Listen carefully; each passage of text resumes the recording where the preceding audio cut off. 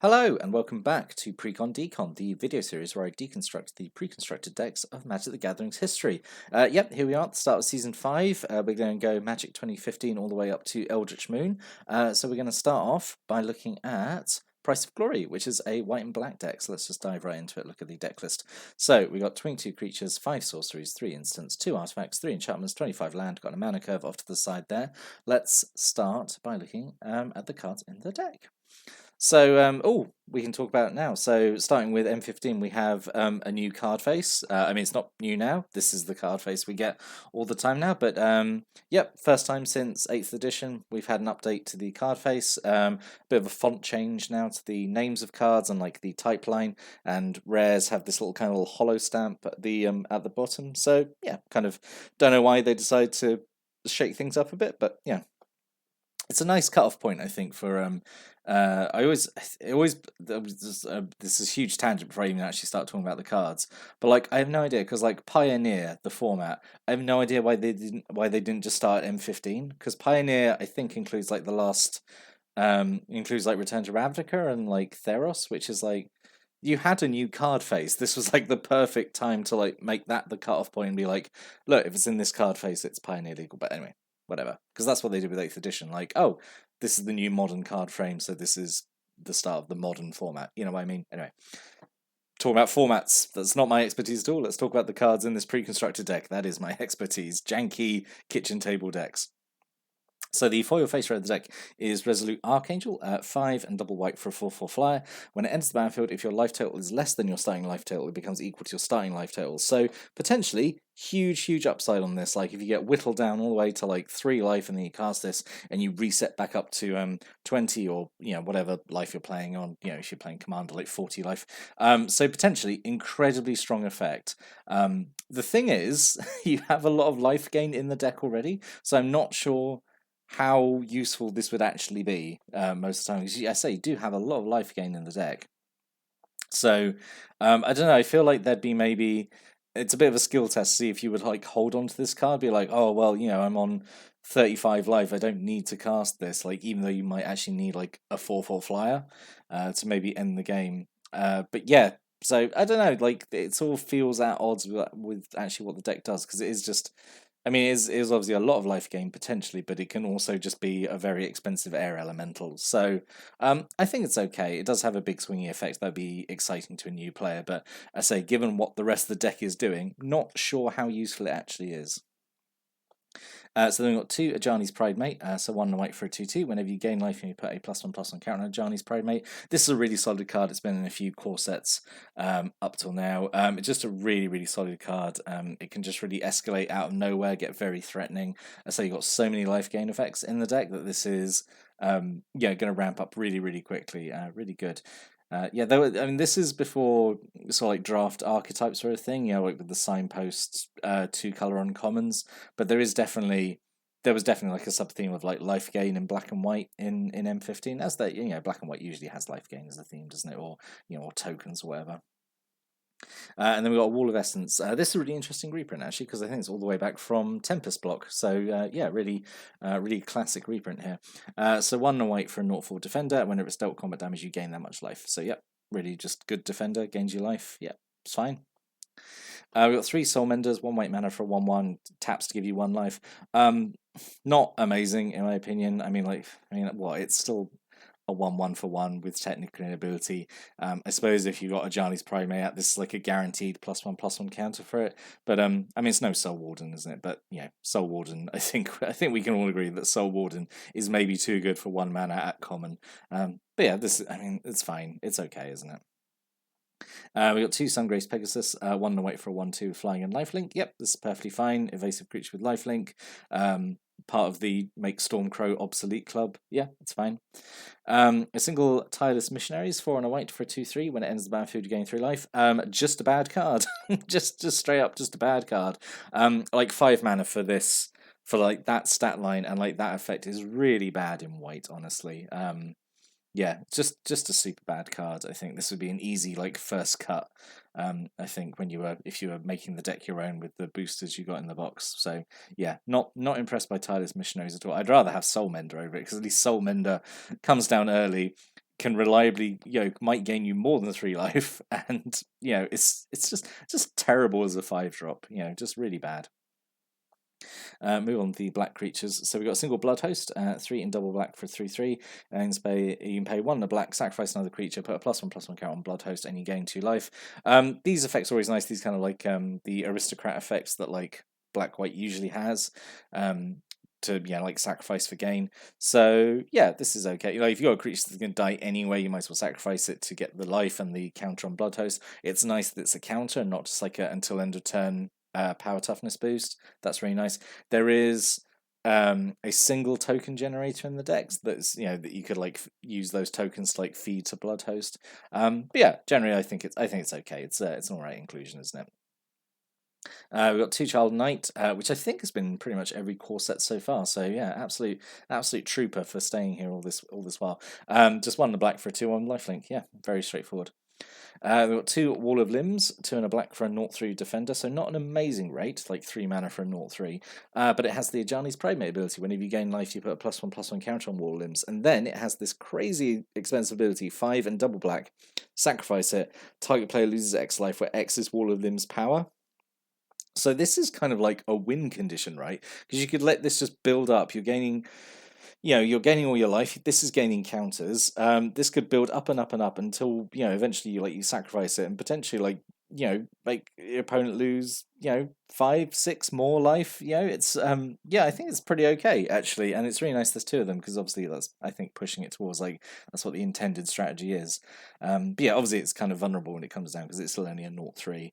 But yeah, it's I think it's actually pretty okay. I like all of them. So I think it's all right. Then we've got 2 Shadowcloak Vampires, 4 and a black for a 4/3. You can pay 2 life to give it flying till end turn. This actually matters with the token generated card you've got in the deck. This is a reliable way of triggering it. Aside from that, it's fine. It's like just just a fairly basic creature. It can gain evasion without having to spend mana. Like that life payment is kind of like not a big ask in this deck. We have so much life gain. So yeah, this is fine. It's okay. It's kind of boring, but it's okay. On the subject of boring, but okay. A single Accursed Spirit, 3 in the black, just for a 3/2 with Intimidate. This is like one of the last few sets we're going to have Intimidate, because in Magic Origins it's going to get replaced with Menace, so which I think is a change for the better. Like Intimidate is like one of those, it's like Landwalk, it's like one of those abilities that like, depending on what your matchup is, it either is amazing or it does nothing. Like there's no in between. So yeah, but for now, Accursed Spirit is okay. And then 2, which is familiar, just 2 in the black for a big fat frog, 2/3. Yeah, sure, it's fine. And then a single Geist of the Moors, 1 and double white for a 3/1 flyer. No idea why this is uncommon for some insane reason, but okay, it's like a big flyer, obviously a bit fragile, but 3 power in the air is nothing to be sniffed at. And a single Kinsbale Skirmisher, 1 and a white for a 2/2. When it ends the battlefield, target creature gets +1/+1 to end turn. Sure, fine, fairly efficient creature with a tiny combat boost. Fine, So the other round of the deck is Mass Calcify, which is kind of spicy to have like a board wipe in one of these decks. So 5 and double white, destroy all non-white creatures. So the majority of the creatures in the deck are white.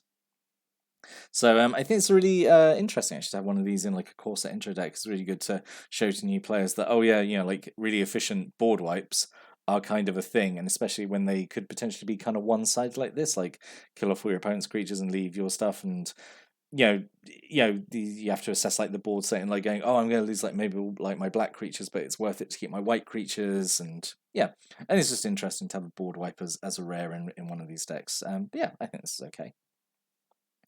A single Pillar of Light, 2 and a white. You exile target creature with toughness 4 or greater. Yep, just get rid of a big creature. Standard kind of like white removal spell that we see usually. Weird that it cares about toughness rather than power, which is what these kind of white removal cards usually do, but this is perfectly fine. A single Solemn Offering, 2 and a white, destroy target artifact or enchantment, gain 4 life. So yeah, just a bit of utility with a bit of life gain. Yeah, it's fine. It's disenchant with life gain. Yeah, it's fine. 2 Ulcerate, 1 black mana, target creature gets -3/-3 turn, and you lose 3 life. So this was, at the time, this was like one of the most efficient bits of removal, just because it was like 1 black mana to kill off X3s. And that life loss, again, in this deck, I don't think really matters. Like 3 life is not really that big of an ask when you're gaining life all over the place. But yeah, this was kind of one of the most premier bits of removal I remember at the time. Long past the days of like Grasp of Darkness or like Last Gasp or something. But yeah, this is, I mean, it's still good. Like 1 black mana to kill off X3s or, you know, make a bigger creature weaker so it can be finished off in combat. Yeah, you know, it's not a bad card. It's still good.